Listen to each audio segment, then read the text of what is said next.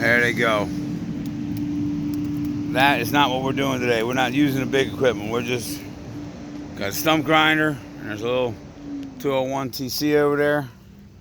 And we had this rotten stone dead hanging out for years. What's left of a spruce tree with a lot of decay in the stem. It was hanging out towards the fence here, a little sideway to it. And we're just clearing this area because they're going to expand the driveway. So really, we're getting the stump grinder. That's the most of it. But they wanted this tree down. And I just want to talk to you about the tapered hinge and or swing Dutchman. This, because the hinge is going all the way across side to side on the stump here, would be considered a tapered hinge.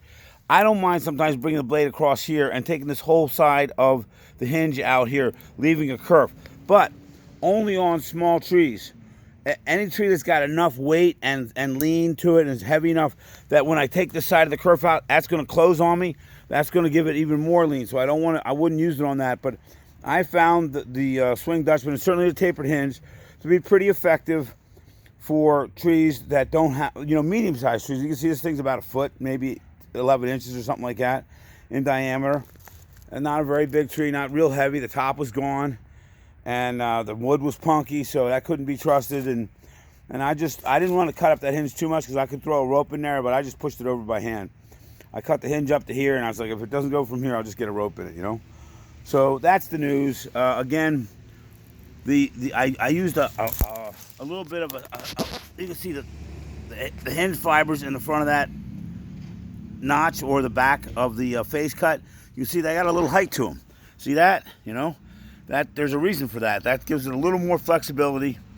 And then I came in right about at the very, even with the top of that, of those hinge fibers there. So the face, was made with a plate cut. Basically, took this cut out of there.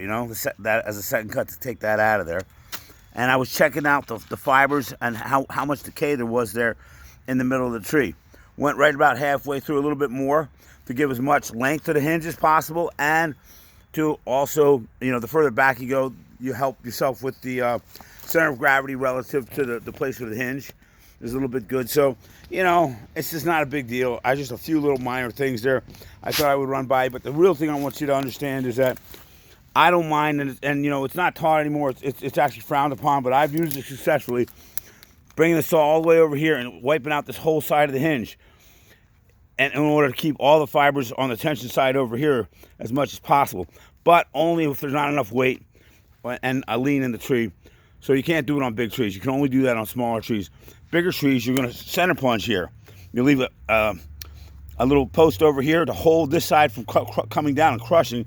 And this post over here fights the side weight.